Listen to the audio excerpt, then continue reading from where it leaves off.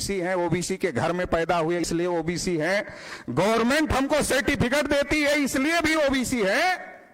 लेकिन हम दिमाग से कब ओबीसी हैं? हम दिमाग से कब ओबीसी हैं? ये मोबाइल हमारा है, सिम कार्ड आप में से कोई लगा दे तो नेटवर्क किसका पकड़ेगा? जिसका सिम कार्ड रहेगा उसका नेटवर्क पकड़ेगा, भले ही मोबाइल हमारा है। ऐसे ही हमारे ओबीसी लोग हैं, पैदा हुए ओबीसी के घर में, नौकरी लेने के लिए सर्टिफिकेट भी ओबीसी का लगाते हैं, सरकार भी उनको ओबीसी का सर्टिफिकेट दे रही है, लेकिन वो अपने को ओबीसी मानते ही नहीं। हमारी पहचान ओबीसी कहां है? हम अपने को ओबीसी कहां मान रहे हैं? हम तो अपने को यादव मान रहे हैं, कुर्मी मान रहे हैं और दूसरी जाति मान रहे हैं, हम अपने को ओबीसी कम मान रहे हैं।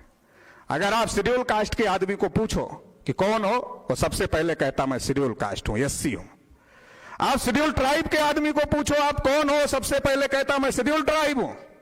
बाद में जब उसको आप पूछोगे आप उसमें किस जाति के हो, तब वो अपनी जाति का नाम बताता है। लेकिन अगर आप ओबीसी के लोगों को पूछो आप कौन हो, बोलता मैं कुंभी हूं, मैं यादव हूं, मैं मौर्य हूं, मैं कुशवाहा हूं, मैं राजभर हूं, मैं निषाद हूं। मतलब वो जाति को ज्यादा तवज्जो दे रहा है, अपनी कैटेगरी को जिससे उसको लाभ मिल रहा है उसको तवज्जो नहीं दे रहा है। जाति जो ब्राह्मणों ने बनाई हमको विभाजित करने के लिए, उस जाति को तवज्जो दे रहा है, जो कि फिजिकली नहीं, जो केवल दिमाग में। जाति कहीं नहीं है, जाति केवल दिमाग में है। लेकिन दिमाग में जो जाति है उसकी वजह से हम ओबीसी होकर के नहीं लड़ पा रहे हैं। एक तो ये हमारी जो सबसे बड़ी समस्या है, इसको हम लोगों को समझना होगा। ब्राह्मण हमारी गिनती करेंगे ये तो हमको भूल जाना चाहिए। इस पर हमको विश्वास नहीं है कि ब्राह्मण हमारी गिनती करेंगे। ब्राह्मण हमारी गिनती क्यों करेंगे? अपना सत्यानाश करने के लिए करेंगे। कोई भी आदमी अपने पैर पे कुल्हाड़ी मारेगा। मेश्राम साहब कहते हैं गधे से गधा आदमी भी अपने पैर पे कुल्हाड़ी नहीं मारता। तो ब्राह्मण तो गधे है नहीं, ब्राह्मण तो अपने को विद्वान कहते हैं और इतना दिन से हमारे लोगों को गुलाम बना के रखा हुआ है। तो दुनिया का कोई भी गुलाम, दुनिया का कोई भी मालिक अपने गुलाम को आजाद नहीं करता। अगर ओबीसी की गिनती हो गई तो ओबीसी ब्राह्मणों की गुलामी से आजाद हो जाएगा, इस देश का शासक वर्ग बन जाएगा। इसलिए कभी भी ब्राह्मण हमारी गिनती करने वाले नहीं। इसलिए हमें ही हमारी गिनती करनी और करवानी पड़ेगी। और उसके लिए हम जो जातियों में बटे हुए, जो जाति का बड़ा गर्व और गौरव है, विषय में लिखा गया है कि मराठा लोगों का क्षत्रियत्व का गर्व है। केवल मराठा लोगों को ही नहीं है, ओबीसी की हर जाति अपने को क्षत्रिय बनी घूम रही है। जूते खा रहे हैं लेकिन फिर भी हम क्षत्रिय हैं। जूते खाने में कोई कमी नहीं है, लेकिन क्षत्रिय बने घूम रहे हैं। उससे उनको लगता है कि हम बड़े हो जाए। क्षत्रिय उनको क्षत्रिय मानने को तैयार रहे, वो खुद ही अपने मुंह से ही अपने को क्षत्रिय मान रहे। तो ये जो हमारी समस्या है कि हम जाति के नाम पर गर्व कर रहे हैं, जाति के नाम पर अभिमान कर रहे हैं, और हम हमारी जो पहचान है ओबीसी, जो हमारी संवैधानिक पहचान है, हम उसको नहीं मान रहे। और जब हम उसको नहीं मान रहे हैं तो जो हमारे नेता बन रहे हैं वो कैसे बन रहे हैं? वो भी जाति के नाम पर बन रहे हैं। जब हम जाति की पहचान को अपनी पहचान मान रहे हैं तो हमारे नेता भी जाति के नाम पर बन रहे हैं। तो जाति का नेता ओबीसी की लड़ाई क्यों लड़े? तो जाति के नेता को तो खड़ा ही इसीलिए किया जाता है कि वो दूसरी जाति से झगड़ा कराए। ओबीसी लड़ नहीं रहा है ऐसा नहीं है, ओबीसी सबसे ज्यादा लड़ रहा है। लेकिन किससे लड़ना ये पता ही नहीं। लड़ तो रहा है, सबसे ज्यादा लड़ रहा है, लेकिन जिससे लड़ना है उससे नहीं लड़ रहा है, बाकी सबसे लड़ रहा है। ओबीसी शेड्यूल कास्ट से लड़ रहा है, ओबीसी शेड्यूल ट्राइब से लड़ रहा है, ओबीसी की जो जातियां ओबीसी में नहीं आई, जो कालेलकर कमीशन में थी, मंडल कमीशन में नहीं आई, मराठाओं से लड़ रहा है, पाटीदारों से लड़ रहा है, जाटों से लड़ रहा है, गुजरों से लड़ रहा है। फिर हिंदू के नाम पर मुसलमानों से लड़ रहा है, सबसे लड़ रहा है। और ओबीसी के अंदर ही ओबीसी लड़ रहा है, एक जाति दूसरी जाति से लड़ रही है। एक जाति का नेता अपनी जाति में आता है, अपनी बिरादरी में आता है, कहता सारी जाति तो आगे चली गई, तुम्हारी ही पीछे रह गई है, ये अपनी बिरादरी पीछे रह गई है। इसलिए इकट्ठा हो जाओ। और अपनी बिरादरी को इकट्ठा कर लेता है और इकट्ठा करने के बाद कांग्रेस से सौदा करता है।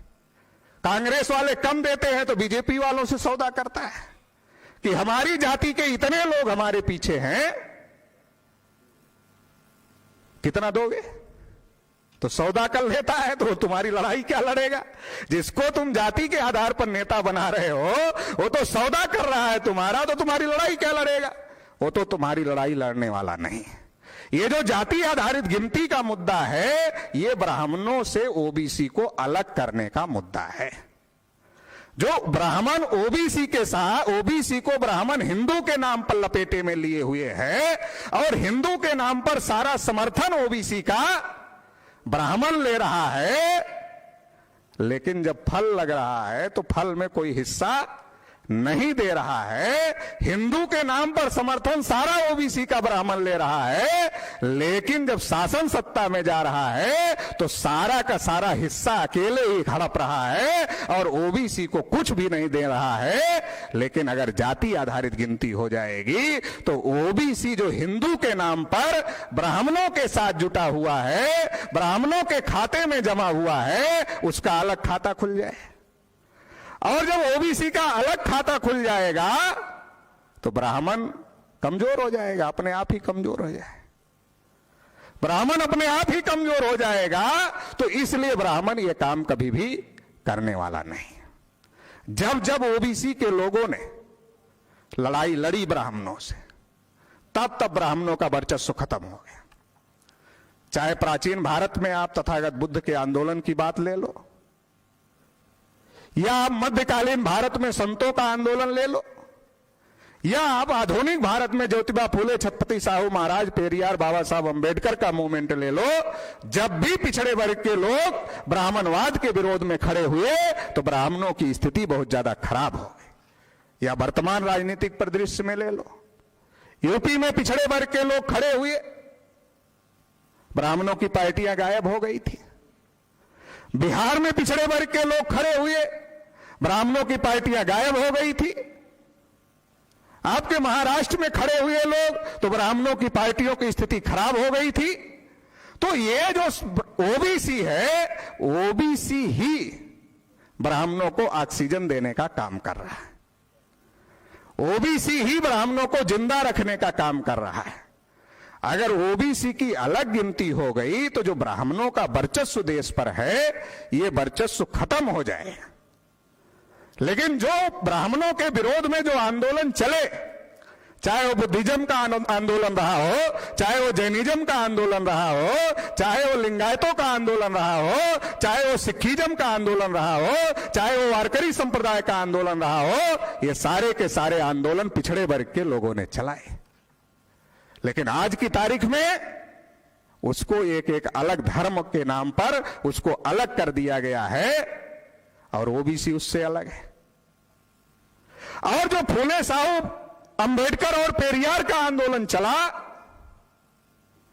उसको दलित आंदोलन कह दिया और बहुत बड़े पैमाने पर ब्राह्मण ओबीसी को उस आंदोलन से काटने में सफल हो गए।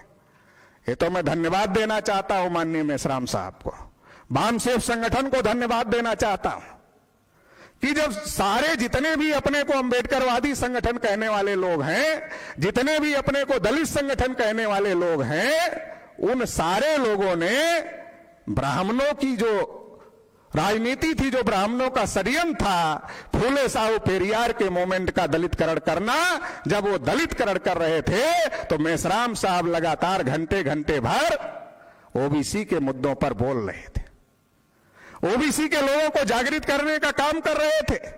और जब ओबीसी के मुद्दों पर मेश्राम साहब बोलते थे तो उस समय ओबीसी के लोग ज्यादा नहीं होते थे, लेकिन फिर भी मेश्राम साहब 1.5 घंटे ओबीसी के मुद्दों पर बोलते थे। बहुत सारे जो शेड्यूल कास्ट के लोगों को बात समझ में नहीं आती थी, वो कहते भी थे कि मीटिंग में ओबीसी के लोग नहीं हैं, ओबीसी के लोग कार्यक्रम करने के लिए पैसा भी नहीं देते हैं, लेकिन फिर भी मेश्राम साहब 1.5 घंटे ओबीसी के मुद्दों पर बोलते हैं। इससे क्या फायदा होने वाला? लेकिन साथियों, फायदा हुआ। आज वो 92 वाला ओबीसी नहीं है, 90 वाला ओबीसी नहीं है। आज 90 और 92 वाला ओबीसी नहीं है। जब मंडल की लड़ाई चल रही थी तो कुछ लोग ही मंडल की लड़ाई लड़ रहे थे, ज्यादातर ओबीसी मंदिर बनाने चले गए थे। ज्यादातर ओबीसी मंदिर बनाने चले गए थे, वहां भी धोखा हुआ। मस्जिद गिराया हमारे लोगों ने, और ट्रस्ट बना तो एक भी ओबीसी को नहीं रखा, सारे के सारे ब्राह्मणों को रखा। तो अभी ये बात ओबीसी के लोगों को लगातार जो मेश्राम साहब 30-40 साल से समझा रहे थे, वो बात अभी ओबीसी के लोगों को समझ में आ रही है, और बड़े पैमाने पर देश के अंदर ओबीसी जागृत हो गया है। और जब बड़े पैमाने पर देश के अंदर ओबीसी जागृत हो गया तो ब्राह्मणों को इस बात का डर है, इसलिए उन्होंने नरेंद्र मोदी को प्रधानमंत्री बनाया कि ओबीसी जो बड़े पैमाने पर जागृत हो गया है, उसका स्वतंत्र आंदोलन नहीं खड़ा होना चाहिए या वो वामसेप के आंदोलन में नहीं जाना चाहिए। इसलिए उसको काउंटर कैसे किया जाए, तो काउंटर करने का सारा कार्यक्रम चलाने का काम कर रहे हैं। इसलिए हम लोगों को अभी ओबीसी की क्या समस्या है? ओबीसी की समस्या है कि ओबीसी का कोई राष्ट्रीय स्तर पे संगठन नहीं है। ओबीसी का फूले साहू अंबेडकर की विचारधारा पर आधारित राष्ट्रीय स्तर का कोई संगठन नहीं है।